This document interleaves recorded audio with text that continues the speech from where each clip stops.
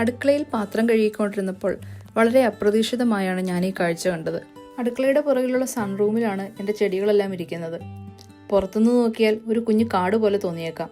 അതിനൊക്കെ ഇച്ചിരി കാറ്റും വെളിച്ചവും കിട്ടിക്കോട്ടെ എന്ന് കരുതി ഒരു വിൻഡോ എന്നും തുറന്നു തന്നെ ഇട്ടിരുന്നു. അപ്പം ഞാൻ കണ്ട കാഴ്ച ഇതാണ്.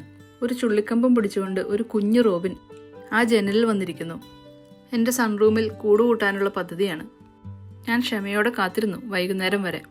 കിളി ആ മുറിയിലില്ലെന്ന് ഉറപ്പാക്കി കിളിക്കൂട് കാണാൻ ഇറങ്ങി. അപ്പോഴതാ ഒരു ക്യാബിനറ്റിൻ്റെ മൂലയിലായി കുറച്ച് ചെടികളുടെയൊക്കെ പുറകിൽ ഒരു കുഞ്ഞു കിളിക്കൂട്. എന്തായാലും എനിക്കൊരു പുതിയ പണിയായി. പഴയൊരു ഫോണിരുന്നതെടുത്ത് സെറ്റ് ചെയ്ത് ഞാനിത് മുഴുവൻ റെക്കോർഡ് ചെയ്യാൻ തീരുമാനിച്ചു. അങ്ങനെ 4 ദിവസം കൊണ്ട് അമ്മ റോബിൻ 4 മുട്ടയിട്ടു. പിന്നെ ആ മുട്ടയ്ക്ക് അടയിരിക്കാൻ തുടങ്ങി. ഞാൻ സെറ്റ് ചെയ്ത ക്യാമറയെ ഇടയ്ക്കിടെ നോക്കുന്നുമുണ്ട്.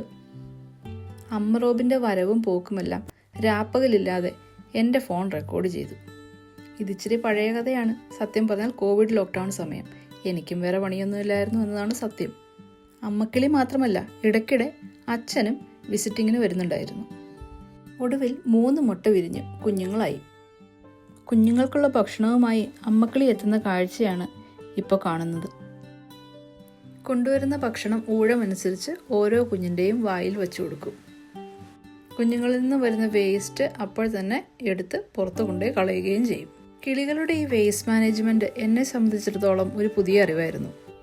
നിങ്ങൾ ആരെങ്കിലും എപ്പോഴെങ്കിലും ഏതെങ്കിലും ഒരു കിളിക്കൂട് കണ്ടപ്പോൾ ഇതെങ്ങനെ ഇങ്ങനെ വൃത്തിയായി എപ്പോഴും ഇരിക്കുന്നു എന്ന് ചിന്തിച്ചിട്ടുണ്ടോ? ഉണ്ടെങ്കിൽ അതിൻ്റെ ഉത്തരമാണിത്.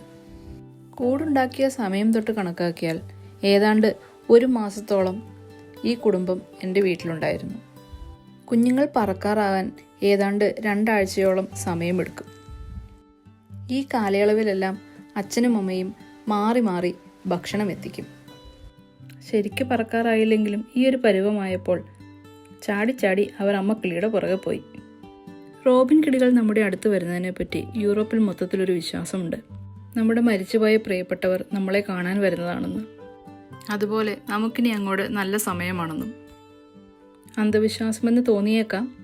പക്ഷേ ഇതിനൊക്കെ 1 മാസം മുന്നെയാണ് എൻ്റെ ഗ്രാൻഡ് മദർ മരിച്ചത്.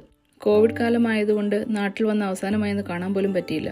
അതുകൊണ്ട് തന്നെ എന്നെ വളർത്തിയ എൻ്റെ പ്രിയപ്പെട്ട അമ്മ എന്നെ കാണാൻ വന്നതാണെന്ന് വിശ്വസിക്കാനായിരുന്നു എനിക്കും ഇഷ്ടം. പുതിയൊരു വീഡിയോയുമായി വീണ്ടും കാണാം. ബൈ.